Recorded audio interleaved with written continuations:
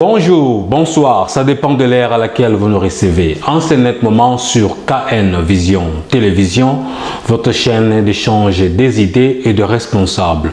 Un grand merci Nabandeko surtout partout dans le monde entier. Un grand merci Nabandeko Bazali ko s'abonner na katia KN Vision Télévision. Topesibino, merci d'engozoko rejoindre famille Oyo pour le sala échange d'idées na makambo Italie République démocratique du Congo. Lelo tozali mardi le 22 septembre 2020. Toye to solo lande to mesana. Actualité tobi o nyoso bisotu oyo tobande ko lobelela mikolo te koleka. Oyo te ko salema dimanche ndenge ancien chef de l'État Joseph Kabila akende ko visiter Félix Tshisekedi notre président. Alors moi batubaye baki ko yima yima. Batubalobi ba visite wana et ko porter biso nini. Est-ce que la population a besoin de la visite wana? Est-ce que la visite wana tant baza okutana? Qu'est-ce qui change dans notre pays? Ba solution nini za ko zoma na ba visite au bango mibale bazali ko salema. Comment on a Joseph presque il a été troisième visite depuis Félix Tshisekedi comme président de la République. Dernière fois qu'il est allé dans le mois de juillet. Alors, mais pourquoi il y a comment déjà sénateur à vie? Mais pourquoi chaque fois qu'il est visiter Félix Tshisekedi? Alors, les gens qui ont une vision télévision, tu as vu vie à bateau, tu as ça, tu raconte on a tête à tête, tu as salema. Parce que tu as mon yango mabe, parce que tu as mon yango malamu. Alors, il y a un peu de famille yeba. Tu as pensé nini?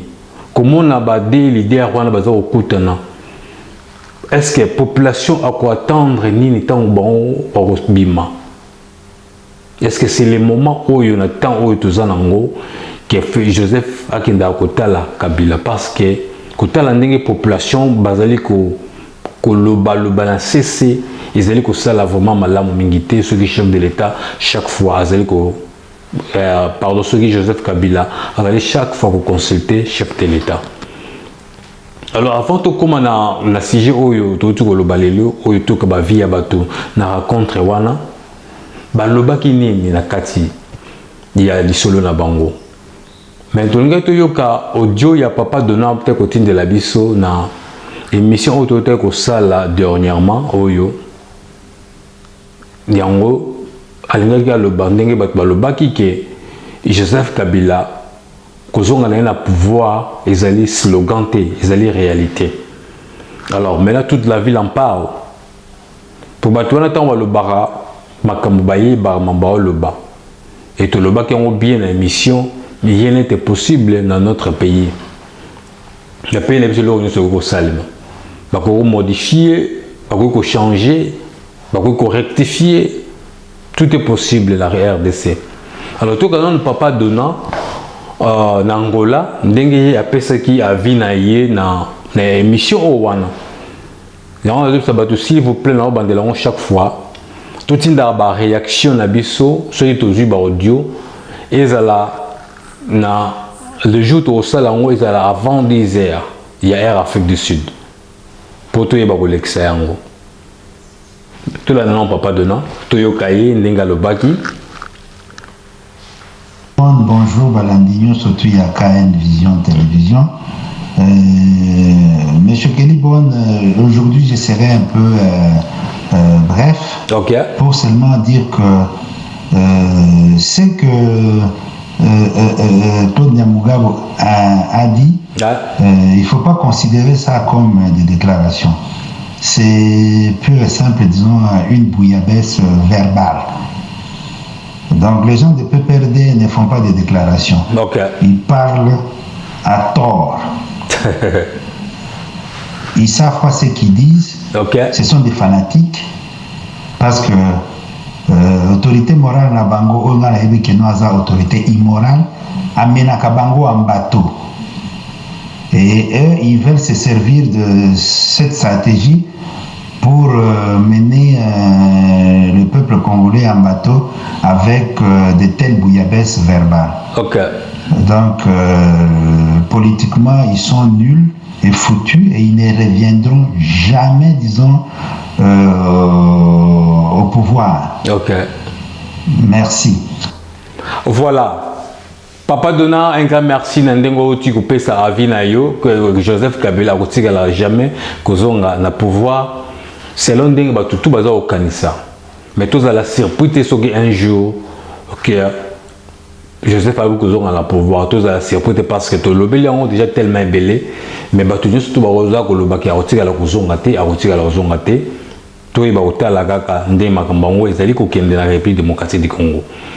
Alors, surtout, il y a une réaction, il y a une lobby qui raconte bien pour consolider notre jeune démocratie. Selon le lobby, et ça raconte moi bien. Alors, il y a Papa Nanapona qui est Papa Bertin, il y a Papa Bertin, il est pasteur na Katia. Kenya na Nairobi après ce qui réaction na ye na raconte wana soki ezali ndengele. Bonjour monsieur le journaliste, c'est Pasteur Bertrand Nairobi. Quand il a réagi par rapport à thème PCI à Sika pour une rencontre aux Salamandre entre le président de la République Félix Antoine Tshisekedi et l'ancien président Joseph Kabila. Au moins, ils ont dit réunion moko comme pour la population. D'emblée, on a d'abord tout raisonné par rapport à l'accord Nabango. Accord est débat dans l'ensemble. Nous devons savoir d'abord les alliés constitutionnels. Il n'y a pas cohabitation dans la Constitution Congo, il y a la coalition. Ça veut dire que le président qui a gagné les élections, soit dans la majorité, dans le Parlement, a travaillé dans la parti politique, dans la plateforme politique, ou dans la majorité. Donc, ça contraint, il y a l'ensemble par la Constitution. Ça, c'est un. Donc, ça va être et ils allaient n'engue à Mabete, ils allaient constituer Sengi Bango, Bakutana, Basula, pour diriger ensemble.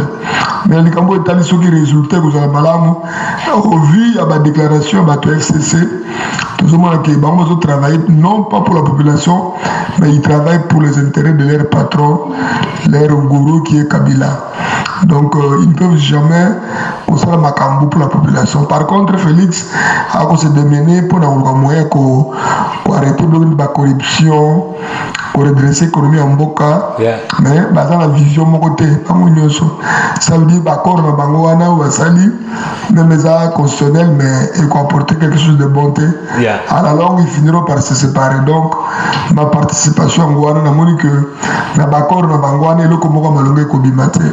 Mais ils sont obligés de se voir parce que Bazali ko travaillé Bango Nyonso, Kabila Azali Mokonzi à plateforme URCC, où ils ont la majorité au Parlement, et Bimis président Sénat, président il y a Assemblée nationale, Premier ministre, ministre Belé, gouverneur presque Nyonso. Donc, Bazali a droit de négocier avec le président parce que le président a la majorité au Wanate, mais Kolbete accord Wane Bimiselo comme Malonga et le Malonga Kuzalate. Ils finiront par se disperser. Peut-être que la majorité de se former.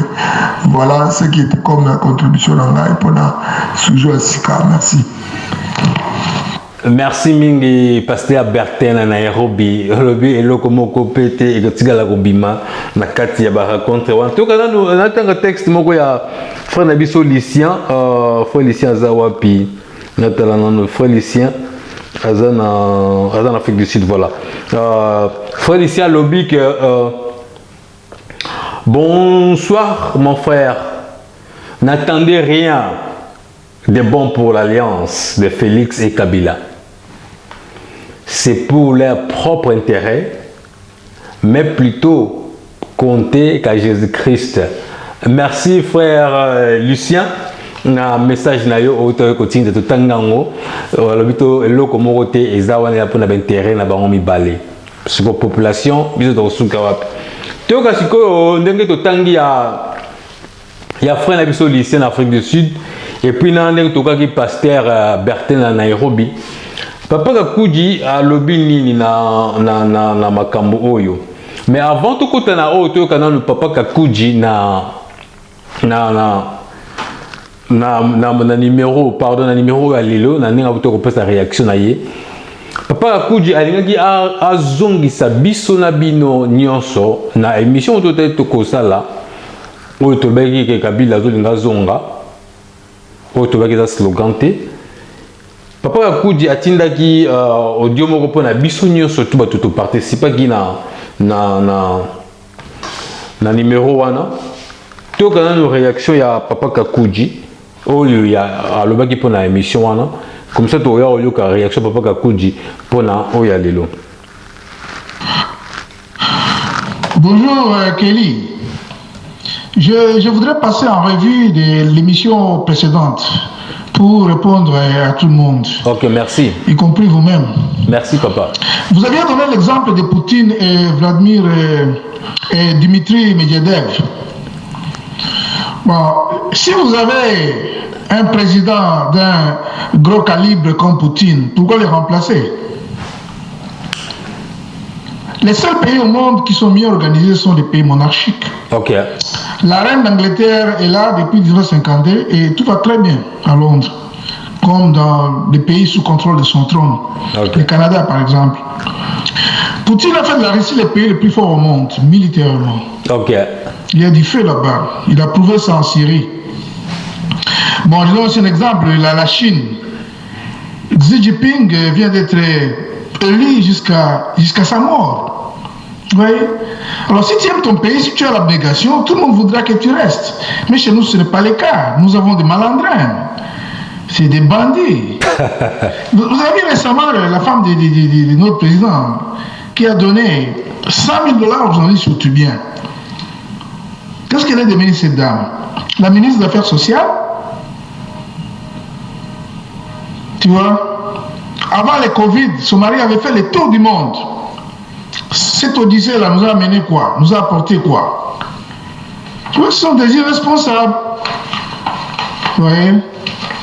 Alors, je voudrais aussi répondre à notre frère, parler un peu à notre frère Damien, qui parle toujours du tribalisme. Ndeko. La Congo tribalisme est alité. Tout ça, la 450 tribus. Ok. Rien du tout à l'Équateur. Les gens se battent entre eux, non? C'est arrivé une fois au Kassai, là, avec Kalonji, parce qu'il voulait être le roi. Alors il a divisé les Loulous et les autres et ils se sont battus. Mais au Katanga, là, je n'ai pas vu une tribu qui s'est battue contre nous. Et puis au Kivu non plus. Nous avons vécu avec des Rwandais pendant des années. Baza Moussala Moussala, j'ai camine, Baza na Kipushi, Baza na Lumbashi, Baza na Kolwezi, Baza na Likasi, na Jadon. Ils étaient là. On n'a jamais eu de problème avec eux. Moi maintenant qui vous parle, j'étais au Kivu là. On a grandi, on jouait avec les enfants des Rwandais, tout ça.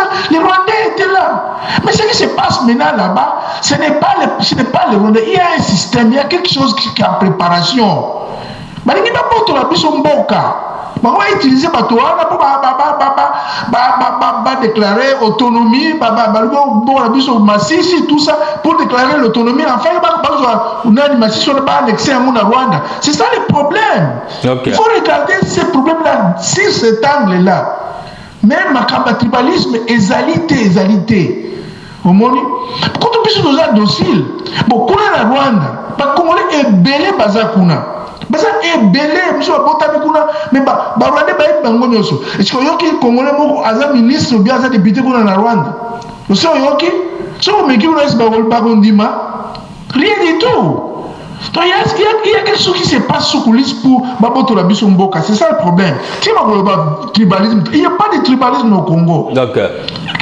Ça ne peut pas exister. Il y a 450. S'il y avait tribalisme, il y aurait la guerre tous les jours. Vous voyez? Bon, je descends chez notre ami Vango d'Espagne.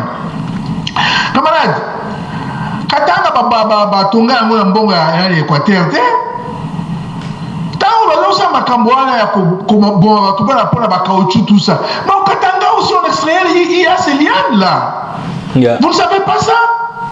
Il y en a aussi au Katanga. Et quand les plans sont venus, on la cuivre. On battait les cuivres. On battait les cuivres. Et l'union minière était créée en 1906. Il y a un bon il y a Équateur. Mais Ivoire, Ivoire na Katanga. Il y a aux Ivoires au Kivu. Partout. Et puis, nous avons plein de bois au Katanga. Vous ne savez pas ça? Il n'y a rien qu'on a pris au Katanga pour l'Équateur pour construire le Katanga. Vous voyez? Alors, ça, il faut. Lisez les livres des choses du fantôme du roi Léopold II. Lisez ces livres. Tout est écrit là-dedans. Ne vous mettez pas en tête. Ça, c'est du mensonge. Donnez-moi, bon, s'il y a un livre, donnez-moi le titre d'un livre. Où est-ce que tu as lu ça? Dans l'ordinateur? Non, ce n'est pas vrai. Ok, merci, Kelly. Voilà. Merci Papa Kakuji, merci na réaction na yo, merci na opinion na ndingo yobi ko pesa moi éclaircissement. Papa Moïse Vango en Espagne. Papa Kakuji a lobi soko moni ke ozana livre autant ga livre o ya lobi wana. Soit ce qui peut yo dans la argument mususu ya ko répondre plateforme ezali au PCB sur le éclaircissement pour tout petit carabiso surtout koloba auto yebi pété pour tout ça se compléter on a la yebi papa Kakuji lobby oh papa Moïse oh yebi biso surtout se compléter voilà un peu yangwana ezala ki iloko papa Kakuji alinga ki ayebisa biso surtout bande ko ya une vision na émission oyo totaki kosala dernièrement na yango sikoyo Toyo kasiko ndeko na biso Moïse Vango na sujet auto sur la lelo na rencontre o wana ya Félix Tshisekedi na Joseph Kabila balobaki nini population abandaki ko s'attendre nini na kobima na bango toyo kasiko réaction ya papa na biso Moïse Vango en Espagne na yebisa bino bandeko ka une vision télévision plateforme na biso ezanga te mutna lobango eza biso nyo toujours opesa baide ngana zo likisa kaka oyo bandeko bazali ko tinda toka na ndeko Moïse Vango en Espagne. Bonjour et bonsoir s'il faut pour tout comme pour à Kotoyo et bonsoir ma casse vraiment bandeko sur la Cannes Vision et toujours Moïse Vango en Espagne pour pesa ba idée bon pour la mutuna oyo botuni bisonyo so bandeko ba Cannes Vision chaîne yo munene chaîne yo kana ma casse na kata présidence à Kinshasa chaîne oyo ya moyo donc nzamba pambola vraiment makambo muke za toujours malamu. Bon, mais c'est Kanambe, comme on dit Kanambe Polite. Bon, il y a de toute manière, il y a la sécurité, il y a la Félix pour assurer la sécurité, pour se voter bien. L'image, la dernière image, tant que la fête de l'indépendance passée, année passée, je pense, juin passé. Bon, on a une vidéo, on a dit, on a Kabila za hilo kola mutaninga lela donc lokola mutako boya memba betile maboko donc kola mutu alingali bana kolela penza kwa kolela bo fo botala ka image pour ne accompagner que dans makambe baby de bazawana donc baza sur le côté il y a là okuta na Félix mingi pour na kolela kaka ba assurance savine na ba famille pour déjà makambe kei ba go pass kala te ba okanga batu nyonso yi ba mbonga go pass ba go pass ba okata so okata mote mbongo na ba direct na présidence ba go pass wala déjà zali déjà enta ba mbongo ba douane tout kala te et qui ta moins cher ba douane Congo mio sur majorité qui ta moins cher pour population on dit batavana avant kabongo na Tanzanie douane 4000 na Nigeria soki 3000 na Cameroun sope 3000 à le Congo 12000 la musala ni pena na liaka mbongo donc batu bandia kambongo ngo bakabila na bagena ofutu ba Soudan na ba Rwanda kuna na ba Tanzania na ba Burundi ya omoni makamtuana eza ko kufa donc bref ndiso kaka pona kabila nda kutana na Félix taza ko bengisa ye ndako luka Félix butumo ya ko bonde même ya ko bonde pour avoir une solution, surtout côté sécurité. Les restes, on a monsieur sur le tikali pas no makabatu boye. Félix pas là pour imposer boyna. So on va coûter huis clos et aller pour la sécurité na ye. Pour exemple qui était un Kabila bomisi ba tebele, ba charmer maluku ezali 80 morts bakufa bakunda bango tile lo photo timu na bilo bisika ko kalate ba misaka miku à 80 personnes na maluku. Alors, il y a un peu de Félix. Pour kutana wana pour konge bonga ya na kote ba kutana non Félix ka ndanga ta kilbo ta makala zu béton mulai tina bumbu. Déjà un grand pas na une année demi à moto na pouvoir à beti bloka bongo. Katanga za si basali izina mulai munene isala ba batterie. Pe baza osala izini mo ya or si c'est quoi ina katanga le susu ya cobalt si c'est quoi mulai munene kalate ya ezala ele ga mi jekamina munene ba osala bon donc malin mais pouiller moko tisser dans ça contrôler Congo malin si les DV ba pays voisin pe ba Rwanda ba Burundi et comme ko banga ba Rwanda ba Burundi et comme ko banga déjà parti à Réunion et rataki na Goma ba comme ko banga ba comprendre déjà ba ko ba vérité bo ba congolais donc biloko on attend wa Kabila zaki na côté ba foxi ba Réunion moko ndenge wana ezalaki te pour toi na coronavirus sur monique Réunion va pousser en moquer mais déjà ba comme ko banga ba tutu wana recrutement militaire obligatoire calamité donc Kabila kuta na kanaika pona kwa sécurité na pour nous pour na voilà wana zandenge papa Moïse va en Espagne au tu kopesa sangisima makambo belé na kati wana mais toyoki quand même mais makambo ba douane oyo nde ba to balobela ngo souvent to lukela jour moko to me ko sala on peut idée to émission to ba pourquoi elo ni sala ke na République démocratique du Congo douane za la makasi mais la connaissance o ngana yebike douane so eza makasi na Congo il faut total la rappeler côté bateau ezo route là côté bateau route na Europe na coast nyos o wana et ça la cause à la prix c'est comme si aux 8 trains na Cape Town supposons que aujourd'hui on na Cape Town na centre ville ce que pour aucun des types à côté mususu donc et rose à la prix ndenge mon côté moto azo quitter la station oyo ezali après station mère et eza prix mususu donc ndenge pe ba douane ezala donc baba tout temps gozo ya ba place ezo quitter l'avant eza la prix mususu so ezo quitter la donc il y a ba bloko moto mais quand on explique on peut ba mususu ba yeba pourquoi douane na Congo ezala pas le fait que eza bato eza ko quitter le place quitter li bato liboso prix nango ezala différent la place quitter li avant ils ont à peu près bon retour mais tout le monde va via bateau nous sommes une émission de ça là prochainement alors toyoka papa Gakou Disiko ndenge a réagir pour na numéro toujours ko lobelela lelo. Bonjour Kelly, bonjour Kain Vision et bonjour à tous les compatriotes qui sont avec nous sur le forum. Kelly, la rencontre entre Kabila et Chilombo, c'est pour le partage du pouvoir. C'est pour le partage du pouvoir. Vous voyez, c'est très mauvais d'être nommé par quelqu'un d'autre au lieu d'être élu par le peuple. Maintenant, il est en train de servir Kabila au lieu de nous servir, nous. Il travaille pour Kabila. C'est ça. Il travaille pour Kabila. Kabila va le voir à quel titre? À quel titre? Vice-président? Ministre des Affaires étrangères? Conseiller? Il va le voir à quel titre? Pourquoi est-ce qu'ils sont en train de discuter? Et c'est tout le temps comme ça. Pourquoi? Il faut se poser cette question. C'est puisque c'est l'autre qui dirige. Lui, il n'est que paravent. C'est ça. Et c'est très mauvais. Parce que là, ils nous traitent comme des moutons.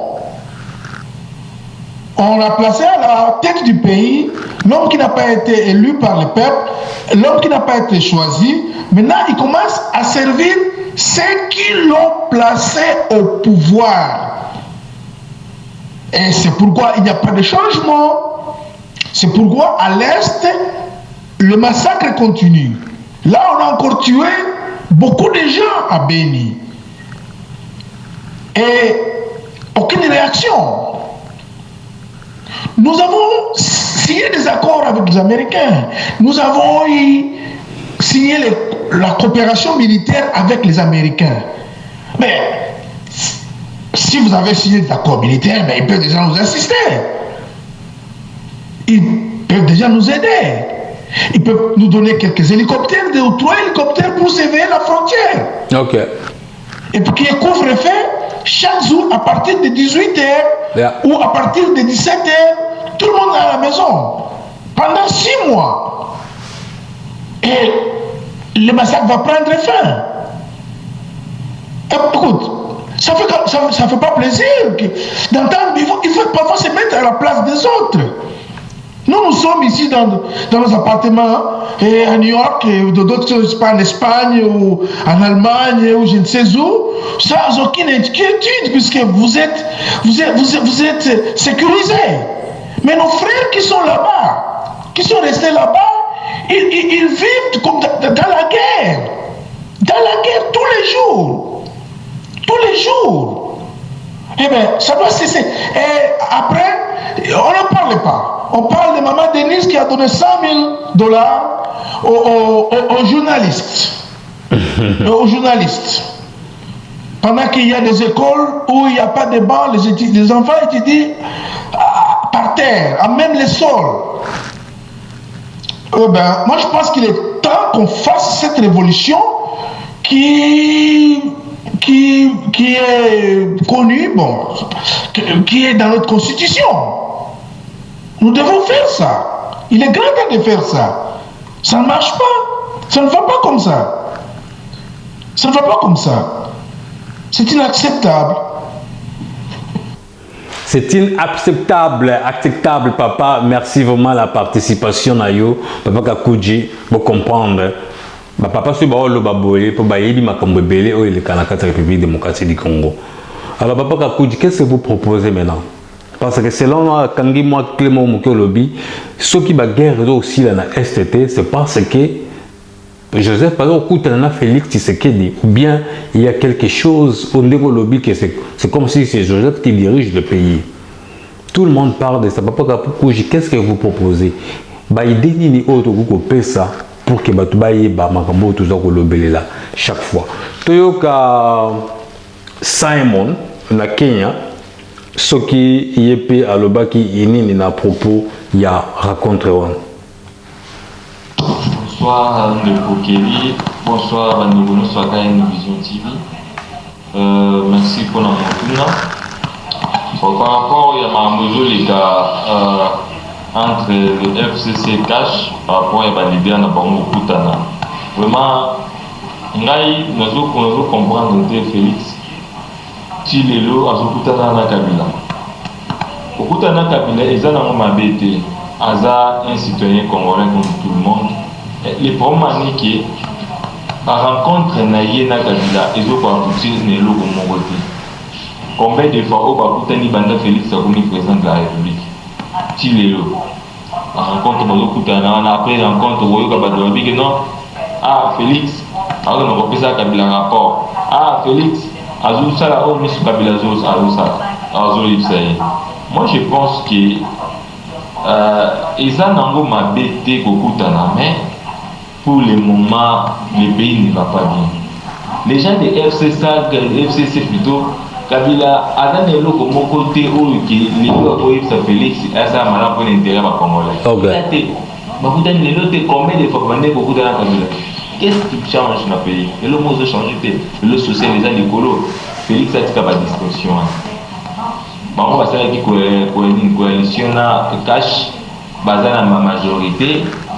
Kabundi n'a plutôt un coordonnateur basé à FCC na cash basé à Nord-Sud. Parce que pour y avoir Kabila, Kabila Zoya pour un intérêt personnel, là il est pour un Euroloba. C'est normalité. Félix, il faut attirer le point. Moi je pense que par rencontre on est dans un petit nélo de mon côté il doit focaliser dans ma communauté pays n'engagé ma communauté sociale ma sécurité dans la est ni la rosa alors bien bah ça toujours na kati ma communauté ma problème de la est voilà ce qu'il y a que nous n'avons pas évité pour aller éviter conseil ni soit éviter ni banda kutana na Félix oyo qui a évité Félix ça là malade quand il a pour l'ingérer na bango bata FCC. Moi je pense que le président de la République doit prendre conscience de Makamboyo. Atika Mlokoana. Bata FCC ils sont là pour distraire, lier à ça le mode team. Pour 2023, on va dire non, il n'a fait rien du tout. Vous voyez, par rapport à Makamboyo, ça la malelo, le cash na FCC et le Obuka Malunga de quoi apporter dans Mboka. Félix, il doit comprendre ça. Batouana, ça a toujours, j'ai poété, il a échoué. Le dossier, c'est déjà des ans, au troisième mandat, l'année prochaine. Et là, on a malheureusement ça par rapport à la population. Moi, je pense que Félix doit cesser par rencontre on a Mingna Kabila, rencontre Mingna Kabila. Et le problème est que tu as ça que Félix a ça là où il a besoin de la population. Ils ont toujours obtenu la Kabila qui besoin de solution. Jamais. Moi, je ne crois même pas. Et on se dit que le FCC est toujours un petit, pourquoi il y a ce que Félix, Félix, on va y pisser ma grande Félix, problème d'or, il y a des injonctions, tout comme ça. Et c'est même maintenant que le cadre de FCC, on a respecté devant le président Félix. Moi, je pense que Batika, président Félix, Atika par rapport à Wana, et ça ne bénéficie de la population, vraiment, Atika a pensé sur l'avenir du pays. Je pense que merci pour la mécanisme. Voilà, merci Simon na Kenya, merci vraiment na ndenge au tu coupé ça les canisna yo, bato presque belé vraiment baza vraiment touché na ba rencontre wana. Toyoka papa Damien na Portugal na Lisbonne, ndenge yé à lobaki na propos.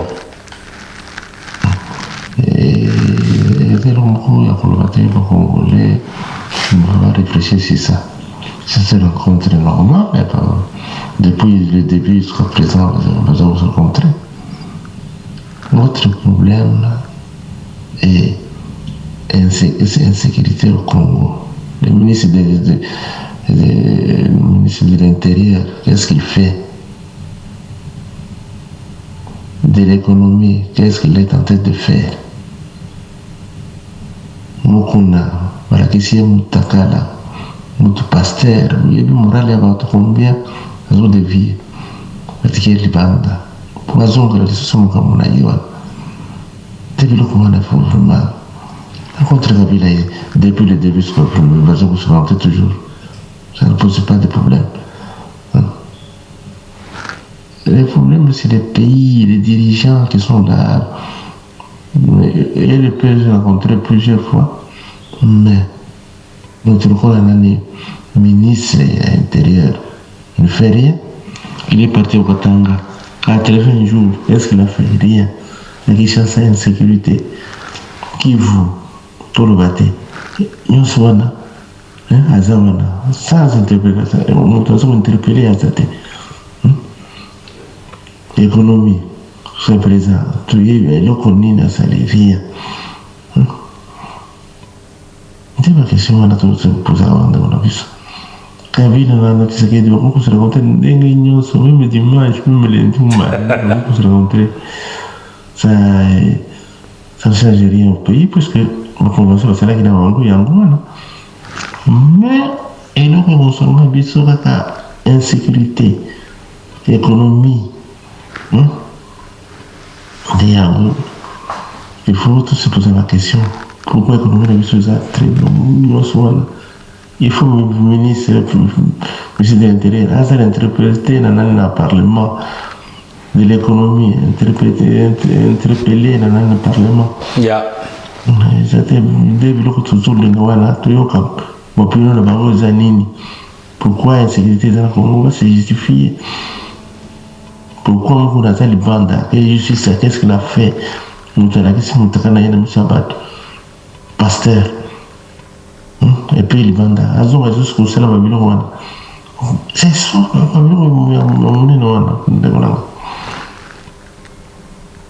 ok, journée malade, on merci Papa Damien na Portugal na participation na yo. Merci na bande connu surtout ya Ken Vision pour tu ko réaction Papa Damien au Tukoloba. Joseph Kabila na Félix Tshisekedi bako kutana bango lundi ti dimanche et ko changer nango rien la République démocratique du Congo pour tout ça na poste ya ba contre na tout ça na poste ya changement ya mboka na biso social économie bakamonyo surtout kimia ezonga e bakozonga na kati ya République démocratique du Congo. Tout ça a besoin il y a ba rencontre na bango wanate. Voilà bande ko ka une vision télévision tout le gars qui a wale loto ka ba vie ya batu moko na moko potika la malamu de to le baka to kutana prochainement na numéro msusu. Bye bye.